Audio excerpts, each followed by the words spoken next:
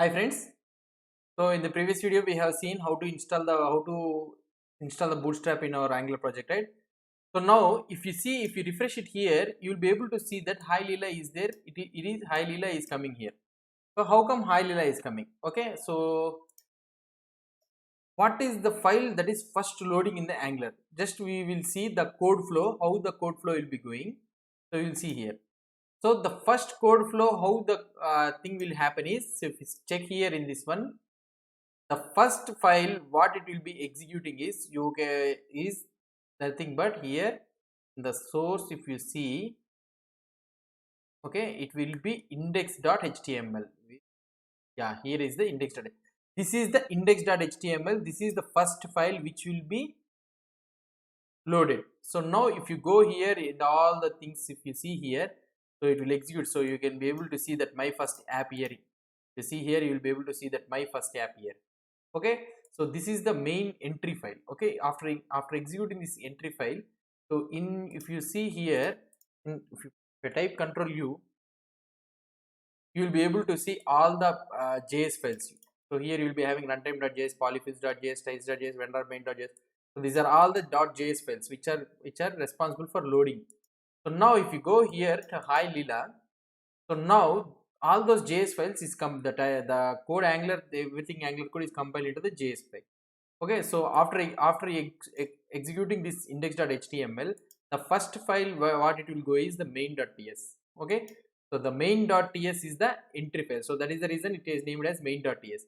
Here you will be able to see that some of the things are imported. So here you will be able to see that enable prod mode. So enable prod mode means that whether the project that is running right now, it is in the prod mode or not, it will be checking. So these are all the things it will be checking. So here is the main file. So here it is telling that bootstrap module. So bootstrap is nothing but the start.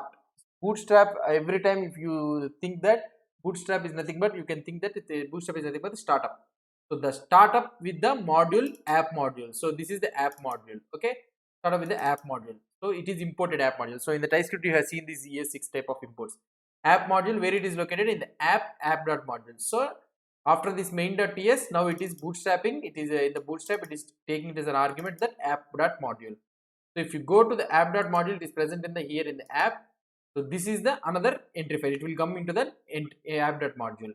So in this app.module, what it will say is, whatever the components you create in the project, okay, it should be declared in the app.module. You need to remember that. So here is the declarations is there, app component. So we have right now, we have only the app component file in our project. Why? Because Angular CL has automatically created that app.component. And here whichever need to be loaded first, here it is mentioned as the bootstrap. Here also we have seen the bootstrap, right?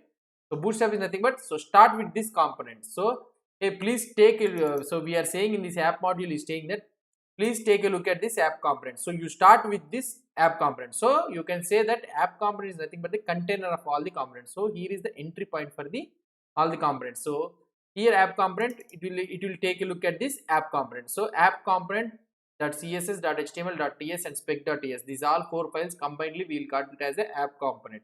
Okay, we will in the next videos we will try to create a new component and we will see these all the structures.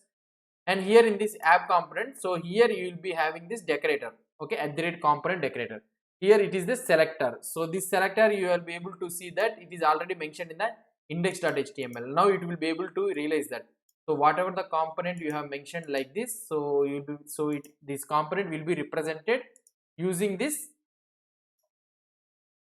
selector. So this component is represented by this selector. And what is the template responsible for this one to load, and the styles, what is the responsible for the styles. So this is the app.component. So immediately this whatever the HTML present in this app.component HTML will be replaced in the index.html. So here it will be replaced with the app root. So in this is not a default HTML. So this is the custom HTML.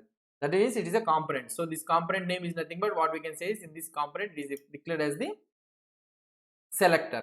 Okay, in this way it will be executed. So each line by line, so it will be executing from the index.html, it will go to main.ts, main.ts, it will go to app.module.ts, then after app.module.ts, here we will be declaring the components. From here the bootstrap component, it will go to this component and it will load this component. So this is the process how it will this is the process how the Angular execution workflow will occur. So this is the app.component component. So here you will be able to write the CSS which is responsible for this only component, which will be executed for only this component, applied for only this component. HTML is the HTML, and here you will be able to see the .ts file. Okay, so this is the Angular workflow, Angular process, Angular code execution process, how it will happen. So in the next video, what we will try to see is we will try to create a new component, and we will see how we can render that new component in our own new custom component. We will see. So if you have any doubts or any suggestions, please post the comments below to this video. And if you like this video, don't forget to subscribe to my channel. Thank you.